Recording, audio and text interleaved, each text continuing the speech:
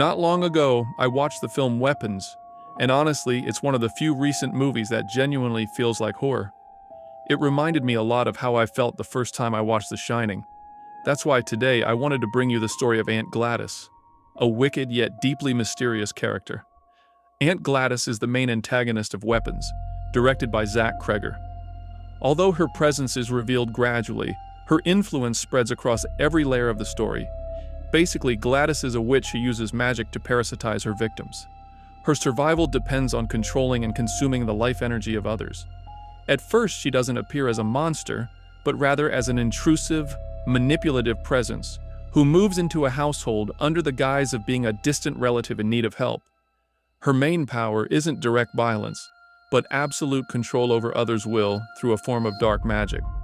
She is introduced in the context of the simultaneous disappearance of 17 third-grade children at exactly 2:17 a.m., an unexplained event that baffles both parents and police. The only child who doesn't disappear is Alex Lilly, an only child in a seemingly normal but emotionally distant family. The story begins when a woman calling herself Aunt Gladys arrives at Alex's home, claiming to be a distant relative. Once she settles in, her presence completely changes the household dynamic. His already passive parents fall for her deception, and Gladys quickly takes control of the family. Her physical appearance is deliberately ambiguous. In her natural state, she is a bald, pale, and aged old woman with glassy eyes and a wide, unsettling smile. To hide her decayed appearance, she wears a curly red wig, dark sunglasses, and outdated makeup. Her voice is soft, but her speech patterns suggest she is far older than she appears. If you pay close attention to the film's dialogue, she uses words like consumption to refer to tuberculosis, which hints she may have been alive since the 19th century. In this context, the film implies that her origin is not just ambiguous, it also carries deep symbolism. Let me explain. The movie doesn't give direct details about her past or who she really is, but there are enough clues to interpret that Aunt Gladys is a representation of a transgenerational parasite. Her aged appearance and archaic language point to an entity that has existed for a long time, moving from family to family, nesting in broken dynamics, and perpetuating cycles of control. She doesn't age like a normal human. She stays alive as long as she can feed off the vital energy of others. This feeding isn't literal, it's systemic. By disconnecting people from their will, she turns them into extensions of herself. That's how she remains alive. Moreover, her method of camouflage is part of her strategy.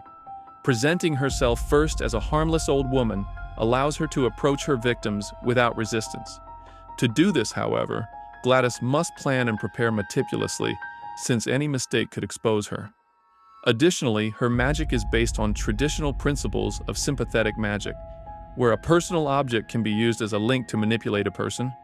For her system to work, she needs several elements.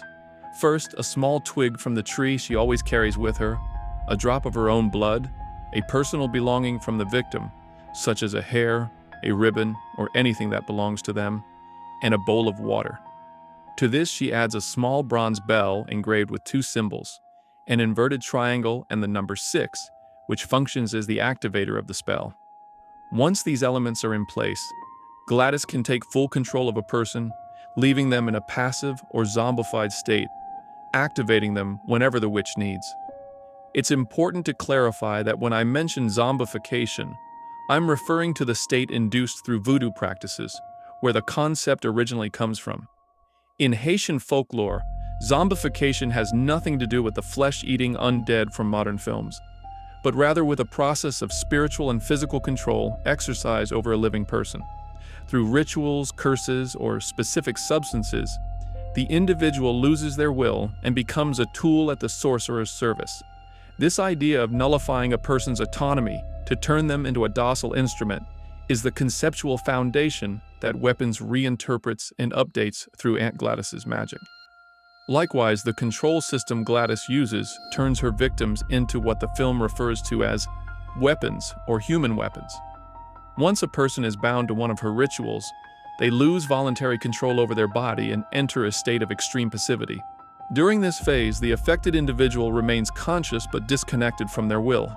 They don't respond to normal stimuli, don't react to pain, and behave as if asleep with their eyes open. These weapons can remain dormant or be activated with a specific command. In their active state, they follow simple orders such as blocking an entryway, guarding a location, or attacking a target brutally. The most disturbing trait is that they retain full complex motor skills, and their physical strength is unaffected by fatigue or pain. The precision of this ritual system allows Gladys to control not only isolated individuals, but entire groups. In the most extreme case, she manages to bind all 17 missing children using slips of paper with their names, which she obtains from Alex, who is forced by the witch to provide each link once gathered. She performs a collective spell that turns them into a swarm of fully obedient weapons, capable of responding to her commands in perfect sync. This kind of mass control shows that her magic has wide limits, but it still depends on individual rituals, since each weapon requires its own length, and the spell only works if all conditions are met. This means she can't control people at random. She needs preparation, time, and direct access to personal elements from her victims. The activation of these human weapons is triggered by the sound of the small bell Gladys always carries with her. This small, seemingly harmless object functions as the trigger for the spell that controls them. When someone has been bound through the ritual, the bell's sound alone is enough to make them respond, even if they don't hear it directly.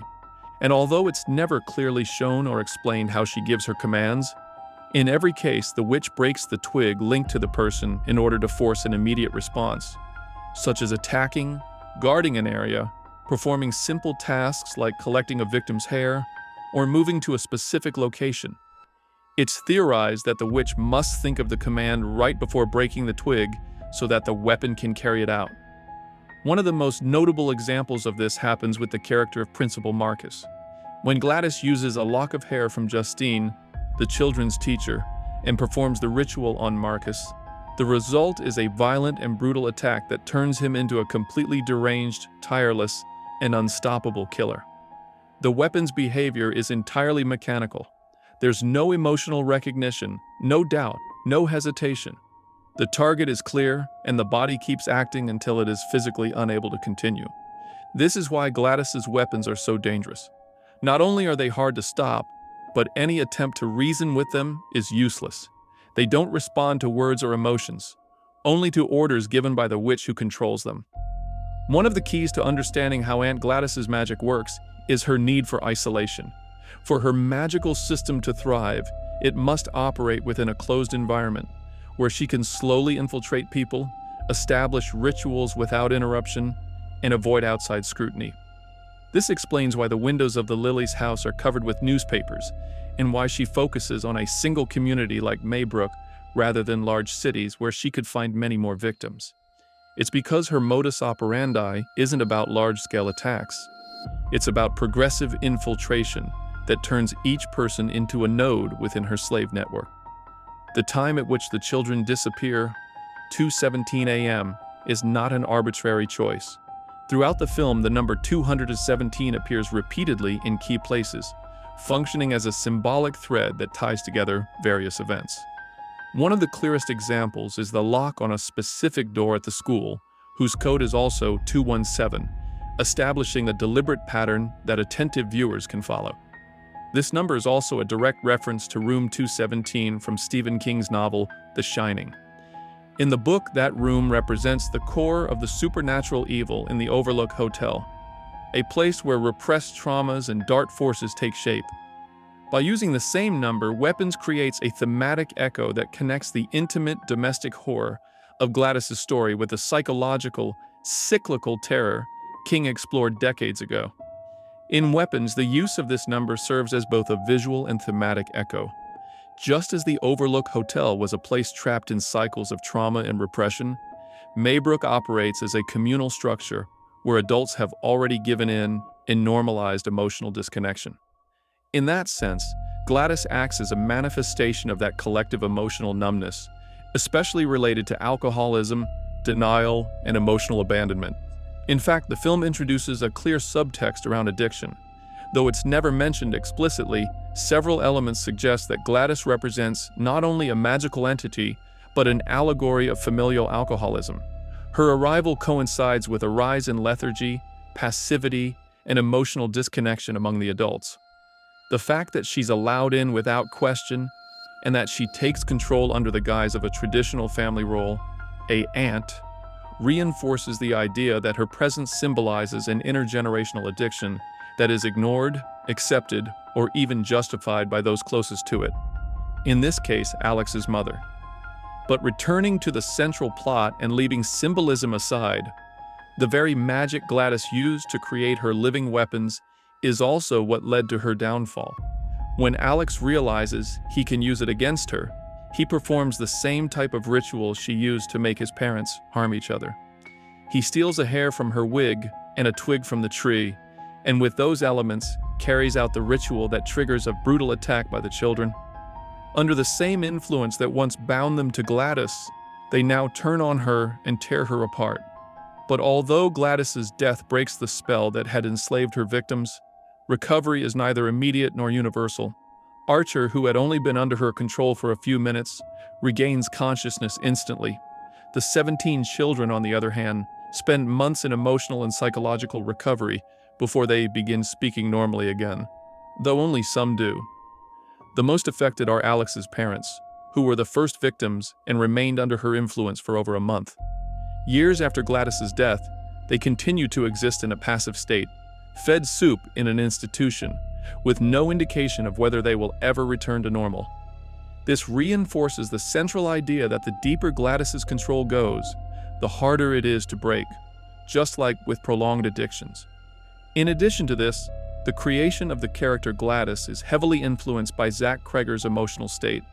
While editing Barbarian, he wrote Weapons during a period of mourning following the death of his friend and collaborator Trevor Moore, who died in 2021 after falling from his home's balcony with a high blood alcohol concentration around 2:17 a.m., the same hour that marks the turning point in the film. Moreover, Cregger has acknowledged that the number 217 is a direct homage to The Shining by Stephen King, since, as mentioned before, in the novel, Room 217 is the epicenter of supernatural evil and an allegory for the father's alcoholism.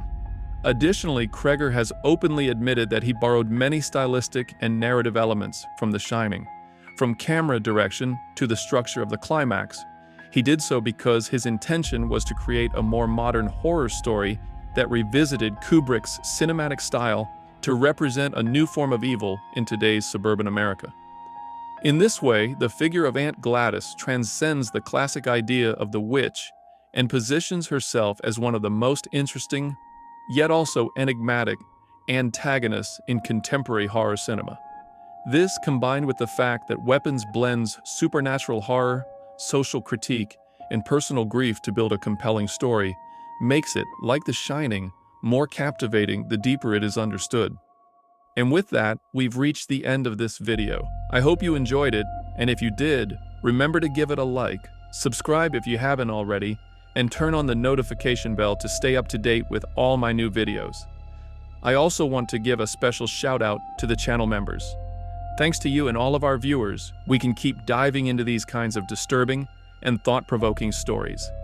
Thank you so much for your ongoing support. And if you want to support the channel and get access to exclusive content, early videos, and other perks, I invite you to become a member.